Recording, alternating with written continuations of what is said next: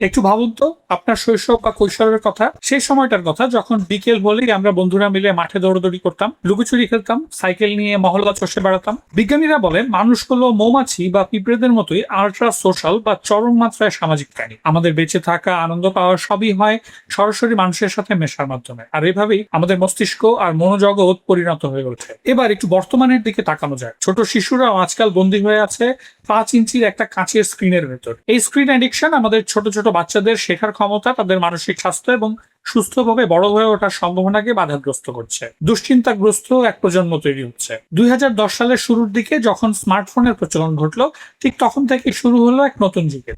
বাচ্চাদের সামাজিক জীবন অফলাইন থেকে অনলাইন বা সোশ্যাল মিডিয়ায় শিফট হয়ে গেল। কিন্তু সমস্যা হলো আমাদের শরীরের একটা নিজস্ব ছন্দ আছে। আমরা যখন সামনাসামনি কারোর সাথে কথা বলি, হ্যান্ডশেক করি, জড়িয়ে ধরি বা একসাথে হাঁটি, তার পজিটিভ প্রভাব আমাদের শরীর ও মনের উপর পড়ে। স্ক্রিনে শুধু টেক্সট বা রিলস দেখে এই বন্ডিং তৈরি হওয়া অসম্ভব। পুরো বিশ্বের তরুণ এবং শিশুদের মধ্যে একাকিত্ব এবং তীব্র বিষণ্ণতা হু হু করে বেড়ে গেছে। বিভিন্ন রিসার্চ জার্নালের ডেটা বলছে সোশ্যাল মিডিয়ার অতিরিক্ত ব্যবহার বাচ্চাদের রিয়েল লাইফ রিলেশনশিপ গড়ার ক্ষমতা কমিয়ে দিচ্ছে। মানসিক স্বাস্থ্যের ক্ষতিটা কিন্তু আরো ভয়ানক। বিভিন্ন এক্সপেরিমেন্টে দেখা গেছে যখন একদল তরুণ বা বাচ্চাকে মাত্র 1 সপ্তাহের জন্যও সোশ্যাল মিডিয়া বা স্ক্রিন থেকে দূরে রাখা হয়, তখন তাদের ডিপ্রেশন এবং অ্যাংজাইটি লেভেল ম্যাজিকের মতো কমে যায়। এমনকি মেটা কোম্পানির নিজস্ব গবেষণাতেও এই সত্যটা উঠে এসেছে। গত 1 দশকে কিশোর কিশোরীদের মধ্যে আত্মহত্যার প্রবণতা, সেলফ হার্ম বা নিজেকে আঘাত করার হার প্রায় দ্বিগুণ হয়ে গেছে। কারণ সোশ্যাল মিডিয়ায় সবাই নিজেদের জীবনের সবচেয়ে সুন্দর অংশটা দেখায়। একটা বাচ্চা যখন দিনরাত স্ক্রিন স্ক্রোল করে অন্য বাচ্চাদের দামি খেলনা, সুন্দর জামা কাপড় বা ফিল্টার করা চমৎকার চেহারা দেখে, তখন অবচেতন ভাবেই তার মনের মধ্যে তীব্র হীনমন্যতা তৈরি হয়। আমরা মানসিক স্বাস্থ্যের ক্ষতি নিয়ে তাও কিছুটা চিন্তিত, কিন্তু তার চেয়ে বড় ক্ষতি হচ্ছে আমাদের বাচ্চাদের মনোযোগ দেওয়ার ক্ষমতা বা সাস্টেইনড অ্যাটেনশন স্প্যান ধ্বংস হয়ে যাওয়া। প্রায় 1/3 কিশোর কিশোরী প্রায় সারাদিন কোনো না কোনো সোশ্যাল মিডিয়া প্ল্যাটফর্মে অ্যাক্টিভ থাকে। বয়ঃসন্ধিকাল বা পিউবার্টি হলো মানুষের মস্তিষ্কের রিওয়ারিং বা নতুন করে সংযোগ তৈরির সময়। এই সময় নিউরনগুলো নিজেদের মধ্যে নতুন করে কানেকশন তৈরি করে। এখন ভাবুন, এই গুরুত্বপূর্ণ সময়ে বাচ্চার ব্রেন যদি প্রতি 15 সেকেন্ডে একটা করে নতুন ভিডিও দেখতে অভ্যস্ত হয়ে যায়, তখন তার ডোপামিন সিস্টেমটা পুরোপুরি বদলে যায়। সে আর কোনো কঠিন বা দীর্ঘস্থায়ী কাজে মনোযোগ দিতে পারে না। স্কুলের অ্যাসাইনমেন্ট বা জটিল চিন্তা তারা এআই কে দিয়ে করাচ্ছে, যার ফলে তাদের নিজস্ব ক্রিটিক্যাল থিঙ্কিং বা বিশ্লেষণ করার ক্ষমতা কমে যাচ্ছে। আমাদের অনেকেরই এই অভিজ্ঞতা হয়েছে যে যখনই কোনো বই পড়ার জন্য হাতে নেই, কয়েক লাইন পড়ার পরেই আর মনোযোগ থাকে না, আর সাথে সাথে ফোনটা হাতে নিয়ে আমরা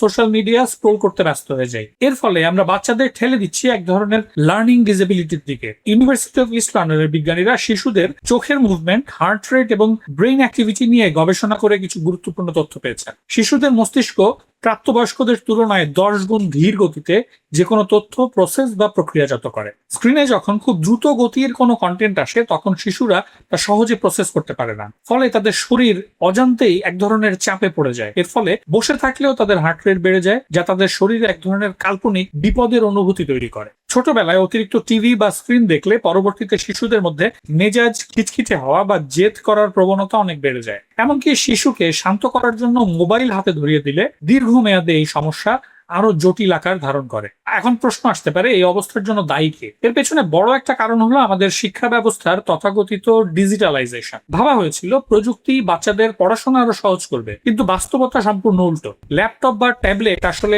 পড়াশোনার টুলের চেয়ে বেশি একটি multi functional entertainment system. Sweden ছিল শিক্ষার ডিজিটালাইজেশনে পৃথিবীর রোল মডেল। 2010-এর দশকে তারা স্কুল থেকে সব কাগজের পাঠ্য বই তুলে দেয়, নার্সারি স্কুলের বাচ্চাদের জন্য ট্যাবলেট বাধ্যতামূলক করে। কিন্তু কয়েক বছর পর যখন দেখা গেল বাচ্চাদের রিডিং স্কিল এবং পরীক্ষার রেজাল্ট আশঙ্কাজনকভাবে কমে গেছে, তখন 2023 সালে সুইডেন সরকার সম্পূর্ণ ইউটার্ন নেয়। তারা স্কুল থেকে ডিজিটাল ডিভাইস সরিয়ে আবার কাগজের বই এবং হাতে লেখার সনাতন পদ্ধতিতে ফিরে গেছে। স্কুল কোনো রোবট তৈরির কারখানা নয়। স্কুল হলো একটা সামাজিক জায়গা যেখানে বাচ্চারা শিক্ষকের চোখ দেখে শেখে, বন্ধুদের সাথে কথা বলে শেখে। আমরা সোশ্যাল মিডিয়া কোম্পানিগুলোকে আমাদের বাচ্চাদের সামাজিক জীবন নিয়ন্ত্রণ করতে দিয়েছি। আমরা এডটেক কোম্পানিগুলোকে স্কুল নিয়ন্ত্রণ করতে দিয়েছি। আর এখন আমাদের সামনে সবচেয়ে বড় চ্যালেঞ্জ এআই বা আর্টিফিশিয়াল ইন্টেলিজেন্স।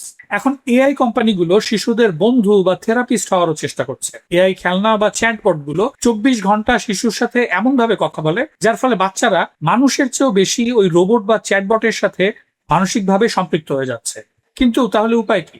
অন্তত 16 বছর বয়সের আগে বাচ্চাদের সোশ্যাল মিডিয়া অ্যাকাউন্ট খুলতে দেওয়া যাবে না, যেমনটা সম্প্রতি অস্ট্রেলিয়া সরকার আইন করে বন্ধ করে দিয়েছে।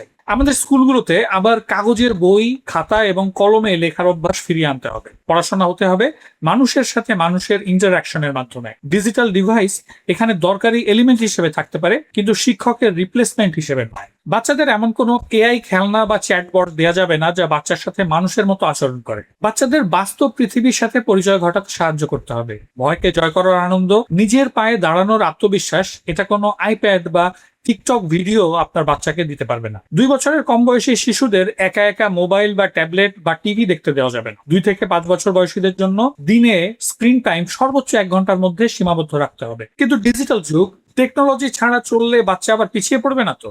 ডিজিটাল টেকনোলজি ব্যবহার করার জন্য আপনার বাচ্চার আগাম কোনো প্রস্তুতির আসলে দরকার নেই। কিন্তু এই ডিভাইসগুলো ব্যবহার করতে গিয়ে শৈশবে বাচ্চার মনোযোগের যে সিস্টেমটা নষ্ট হয়ে যাচ্ছে, সেটা কিন্তু আর কোনোদিন ফেরত পাওয়া যাবে না। টেক জায়ান্ট অ্যাপল বা গুগলের বড় বড় কর্তারা কিন্তু নিজেদের বাচ্চাদের টেক ফ্রি বা ডিভাইস ছাড়া স্কুলে পাঠায়। তারা ভালো করেই জানে যে কি বিষাক্ত পণ্য তারা তৈরি করছে। মানুষ হিসেবে বেঁচে থাকার জন্য মানুষের সাথে মেলামেশা করার প্রয়োজনীয়তা আমাদের ডিএনএ এর অংশ। প্রযুক্তি আমাদের জীবন সহজ করার জন্য এসেছে, আমাদের সন্তানদের শৈশব কেড়ে নেওয়ার জন্য নয়। আজকের ভিডিওটি যদি ভালো লাগে তাহলে বন্ধুদের সাথে শেয়ার করতে ভুলবেন না। আপনার মতামত কমেন্ট করে জানাবেন। দেখা হবে পরের ভিডিওতে। ততক্ষণ পর্যন্ত ভালো থাকুন, সুস্থ থাকুন।